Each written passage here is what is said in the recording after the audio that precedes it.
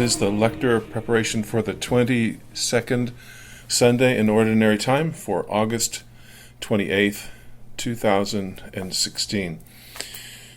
The first reading and the Gospels both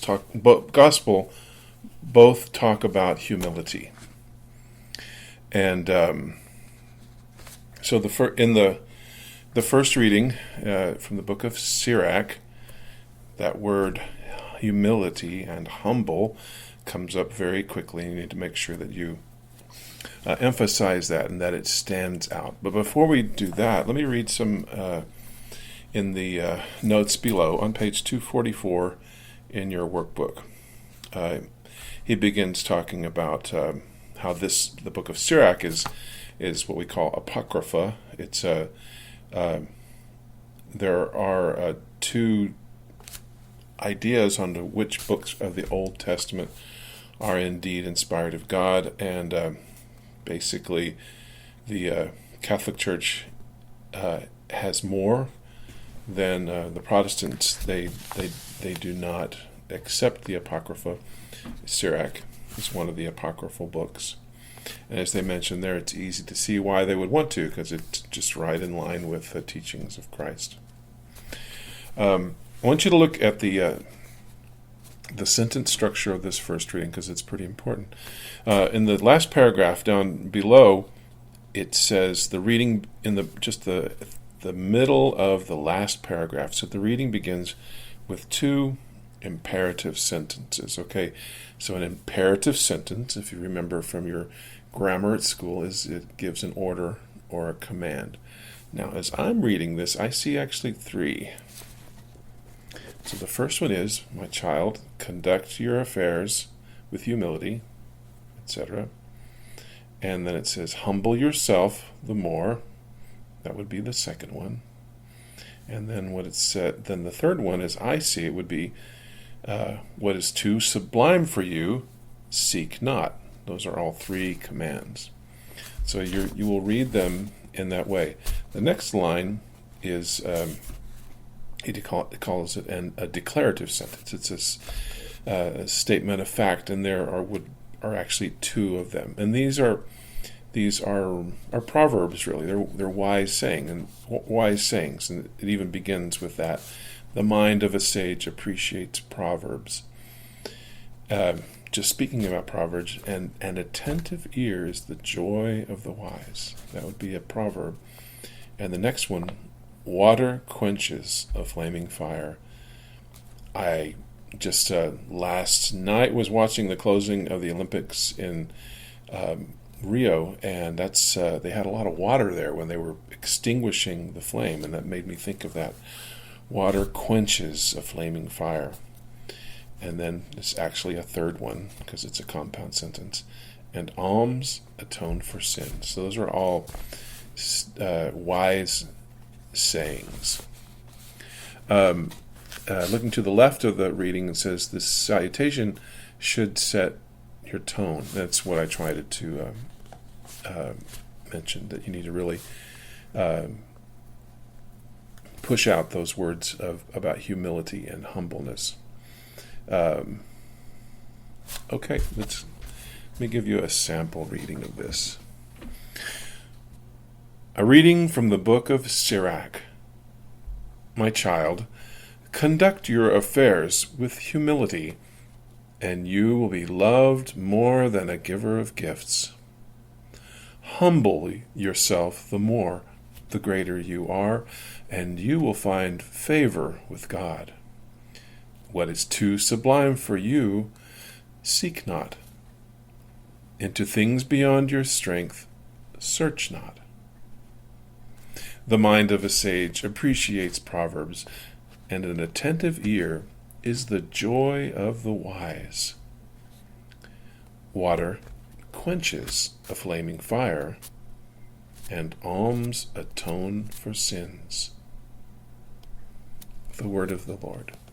I want to point out to you, first of all, and just to the left of that, to keep in mind to pray the scriptures, make reading the scriptures a part of your prayer life every week.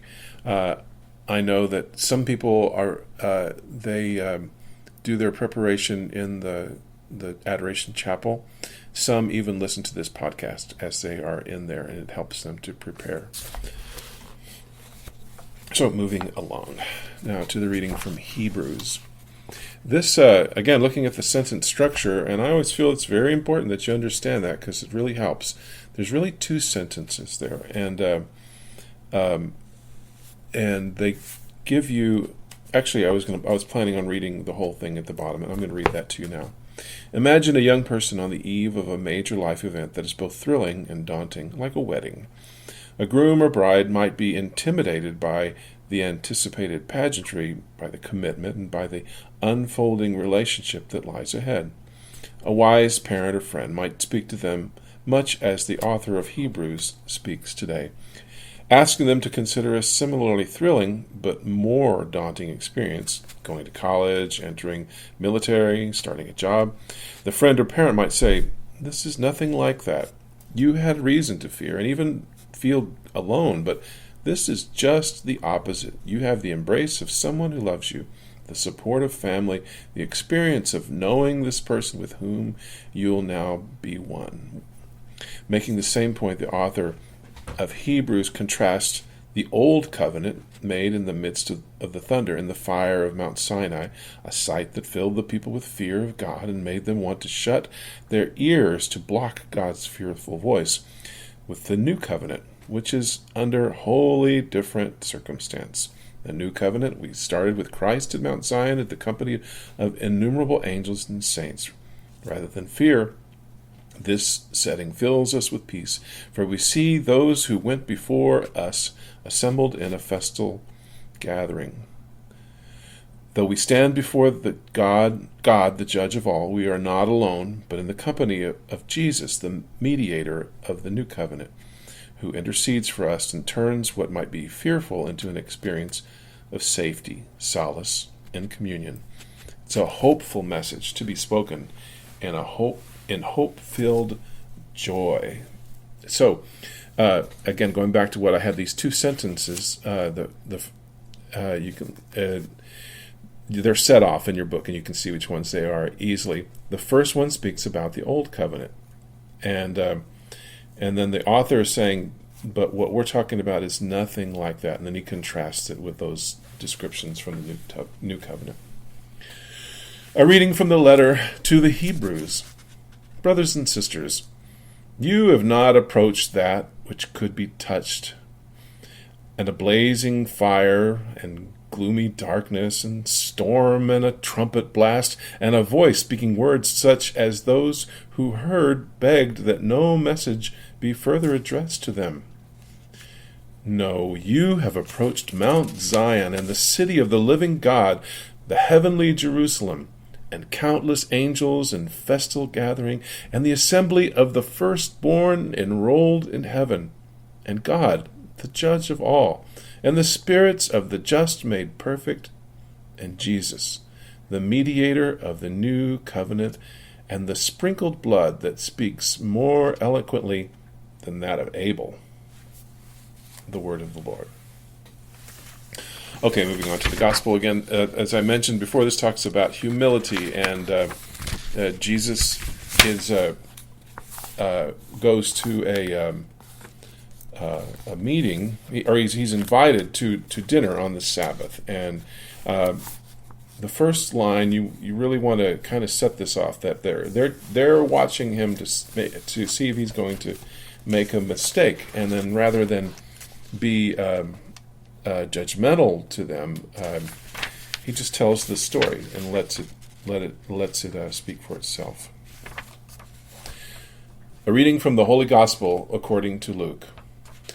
On the Sabbath, Jesus went to dine at the home of one of the leading Pharisees, and the people there were observing him carefully. He told the parable to those who had been invited, noticing how they were choosing the places of honor at the table. When you're invited by someone to a wedding banquet, do not recline at table in the place of honor. A more distinguished guest than you may have been invited by him, and the host who invited both of you may approach you and say, "Give your place to this man, and then you would proceed with embarrassment to take the lowest place. Rather, when you are invited, go and take the lowest place, so that when the host comes to you, he may say, "My friend, move up to a higher position." Then you will enjoy the esteem of your companions at the table. For everyone who exalts himself will be humbled, but the one who humbles himself will be exalted. Then he said to the host who invited him, "When you hold a lunch or a dinner, do not invite friends or your brothers or your relatives or wealthy neighbors, in case they may invite you back, and then you have repayment. Rather, when you hold a banquet, invite the poor, the crippled, the lame, the blind. Blessed indeed will you be because of their inability to repay you, for you will be repaid at the resurrection of the righteous." The Gospel of the Lord. Thank you again for all of your dedication and your heartfelt deliverance of proclamation of word that you do. Thank you, and God bless.